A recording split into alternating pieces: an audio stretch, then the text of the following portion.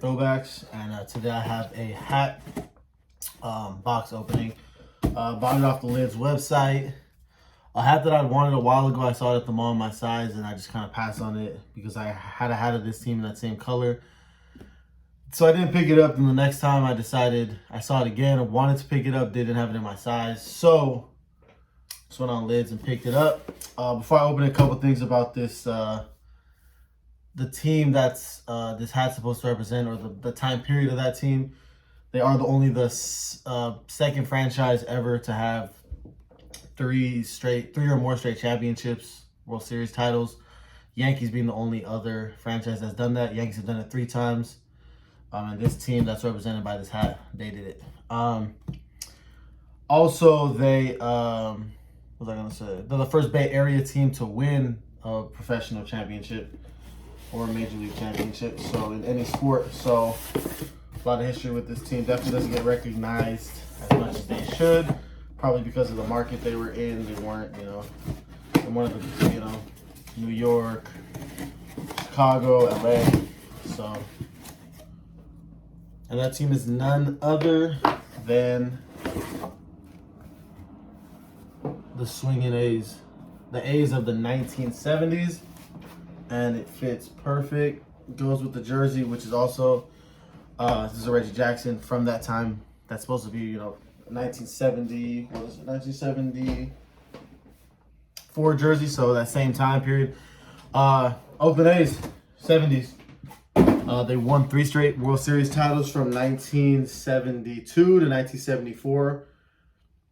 A lot of history with that team, so I'm going to pretty much get into it. If you're someone who doesn't really care about the history too much, you could probably skip this video. It's going to be a lot of talking and just, explaining that. But I guess I was getting the hat real quick, So you got the Swingin A's. You got the white cleats that they were known for wearing.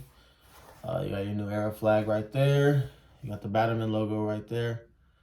This is a Kelly green. I mean, you just got the inside, nothing too much. Cooperstown collection, nothing too crazy. You got the underbrim, the basic underbrim. Now most of the hats they do is the black underbrim, but for this, probably just to go with the old school style, they had it like that. So it's the Swingin A's, and yeah, let's get into some of the history. So we'll start in 1972, which was the first of their 3 straight championships. They went up against the Big Red Machine, Cincinnati Reds, who was at the time known as the Big Red Machine. Solid lineup, Pete Rose. It's all type of players. So anyways, they did not have Reggie Jackson in that series. He did have, he was playing for them that year, but he actually got hurt in the playoffs. So they actually won that series against the Big Red Machine as underdogs without Reggie Jackson. They had catcher Gene Tennis, who actually hit in the series 348 with 4 home runs. And in Game 7, it did go to a Game 7. He had the game-winning hit. Gene Tennis only hit 5 home runs that whole season, yet hit 4 in the World Series, so he went off. He actually was going off so much that he ended up having a Cincinnati fan threatening to kill him, and that fan was actually found with a loaded gun. So it was a serious, took it a serious threat. The guy, if I'm not mistaken, he did end up going to prison. I don't know if it was for that or for something else, but I guess 10 years down the line or something like that, he did end up reaching out to Gene Tennis and apologizing to him for that. So that was just kind of an interesting side note of that series. So, but that was that. They won 7 games. Underdogs without Reggie Jackson. They beat the Big Red Machine, Cincinnati Reds. So 1973,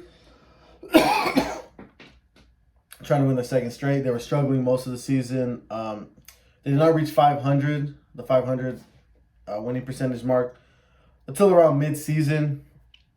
And then you had the famous owner, Charles Finley, infamous owner. He actually brought in at that point Red Bryant, who was the famous Alabama football coach. He had a speech, and basically they kind of, it seemed around that point, they kind of started to turn the season around. So when it got to the World Series, they played against the New York Mets. If I'm not mistaken, once again, they were the underdogs. And so when they were up, the A's were up 1-0, 1-0 in the series. So then Game 2 goes to extra innings. Second baseman Mike Andrews makes 2 errors in extra innings. that ends up costing the A's the game. Owner Charlie Finley ended up taking Andrews off the roster. He wanted to take him off the roster after that. You're talking about the World Series, so this guy's been with the team, and he has a bad game in the World Series, and owner decides to want to take him off the roster. He has the what do you call it? The team doctor write a fake note basically saying that Andrew's shoulder is injured in order to get him off the roster and bring in someone else for the World Series at that point. Andrews originally doesn't want to sign the paper and sign the doctor's note. Eventually he does. The team decides, this is how close this team was, they decided to forfeit. They said they were going to forfeit, they were going to boycott the rest of the World Series. And because of that, he did end up keeping, really it was the commissioner of baseball. He basically did not allow Charlie Finley to take Andrews off the roster. So he ended up staying on the roster. They ended up playing the World Series. When he actually comes up to bat in Game 4 of that World Series and pinch hit, he actually gets a standing ovation from the Shea Stadium crowd, which is, the Mets home stadium. So pretty interesting stuff. Side note, some things I forgot to say. This A's team was known a lot for, matter of fact, let me finish this World Series and then I'll get to once again. This series goes to Game 7 again. They end up winning Game 7 5-2. Reggie Jackson is the World Series MVP of this series. He ends up hitting .310, 6 RBIs and a home run in that World Series. Ends up being the World Series MVP.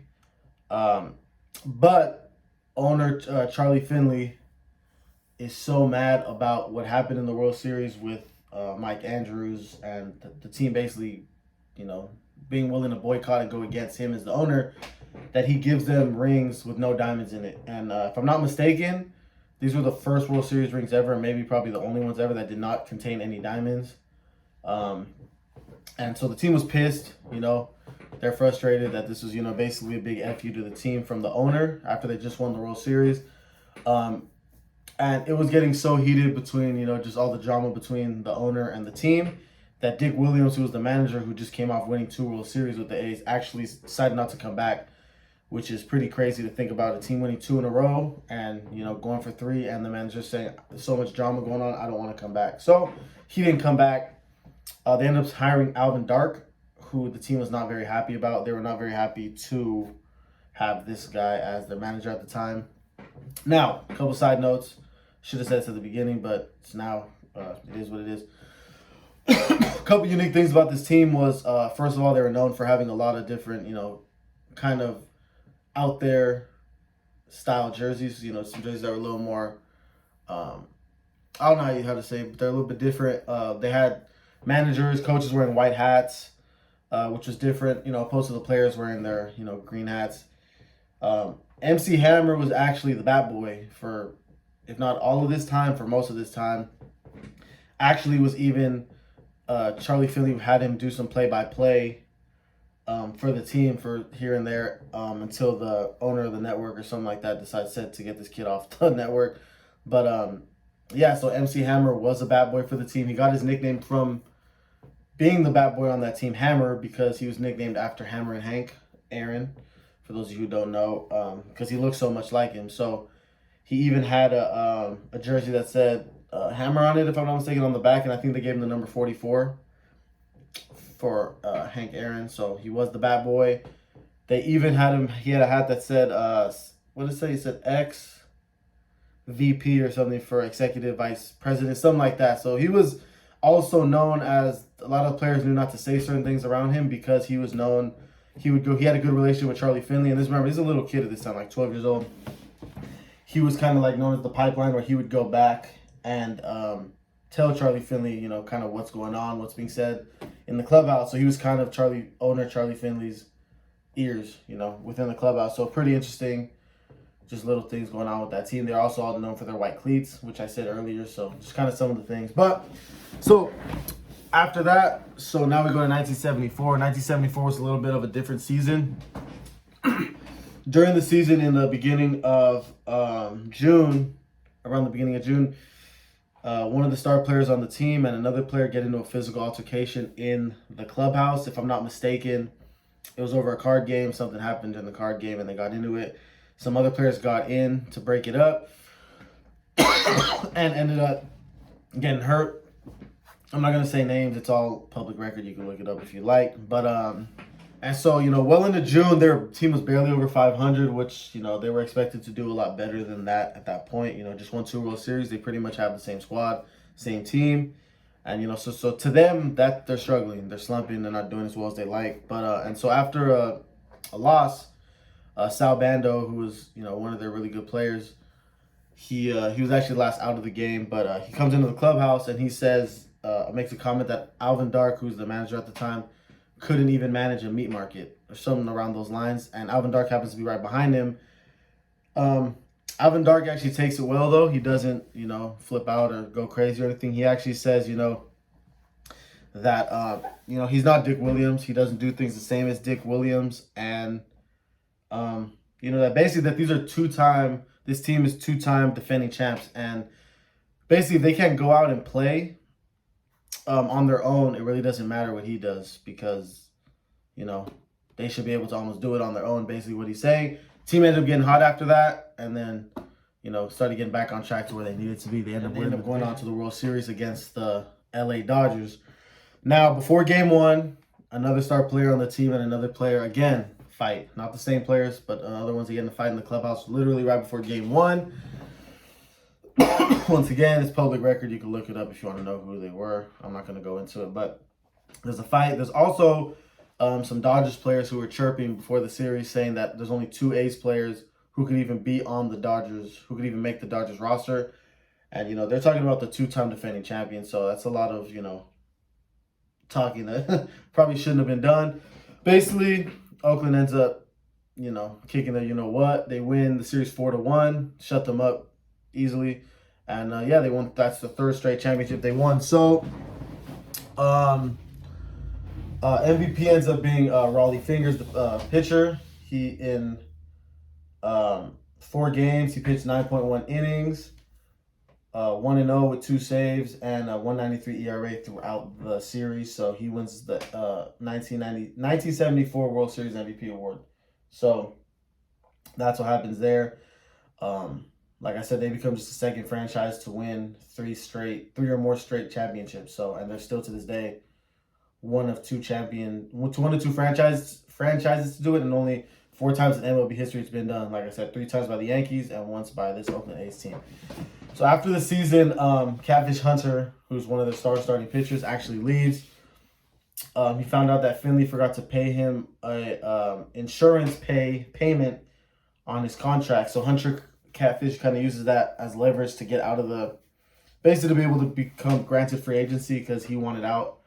It's sad that a team that is winning all these championships has managers that don't want to stay, players that don't want to stay. It kind of shows, how toxic it was. Even through the winning, some people just did not want to stay through all that. So he leaves.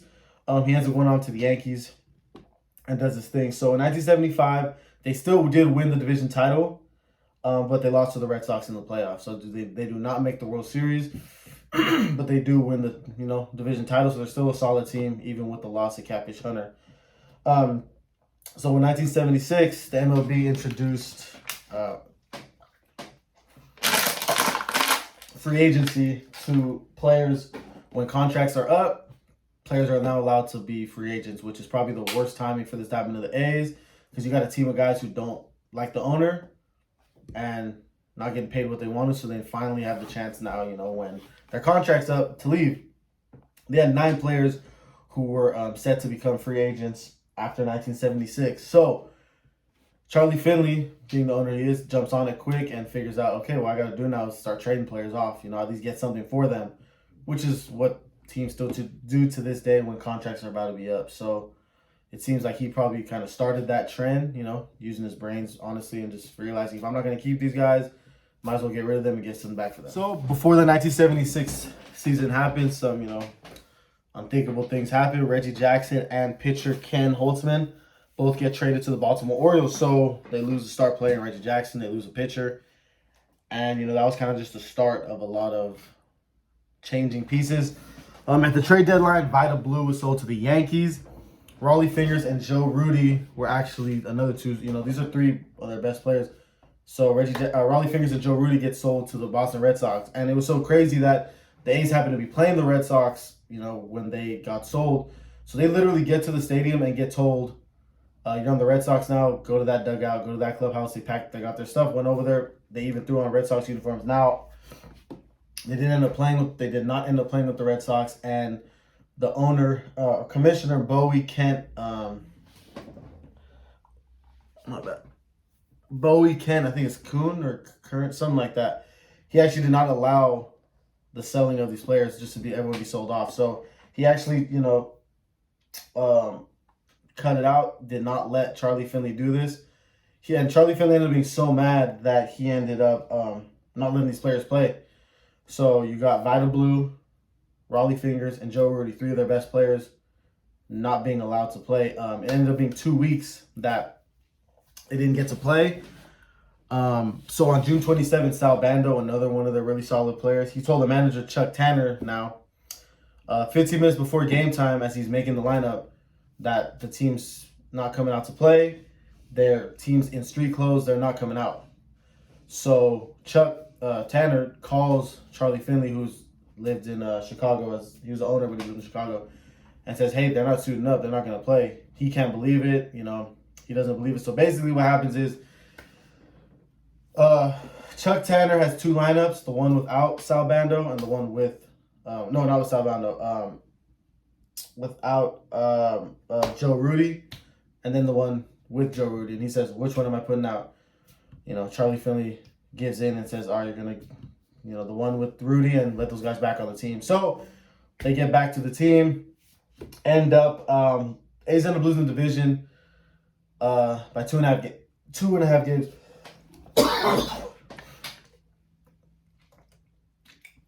And yeah, and you got to think about it. They didn't have three of the best players for 2 weeks, and they lose this division by 2.5 games. So imagine if they would have had them for those 2 weeks. Good chance they win that division. So, and you know, who knows what happens from there. So that's the 1976 season. 1977 season, everyone's gone now because everyone's contracts ended after 76.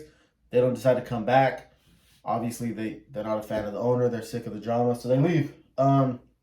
What happens is Vida Blue's the only key piece they still have, and the only reason they even have him was because he basically got tricked into signing a contract extension with the A's.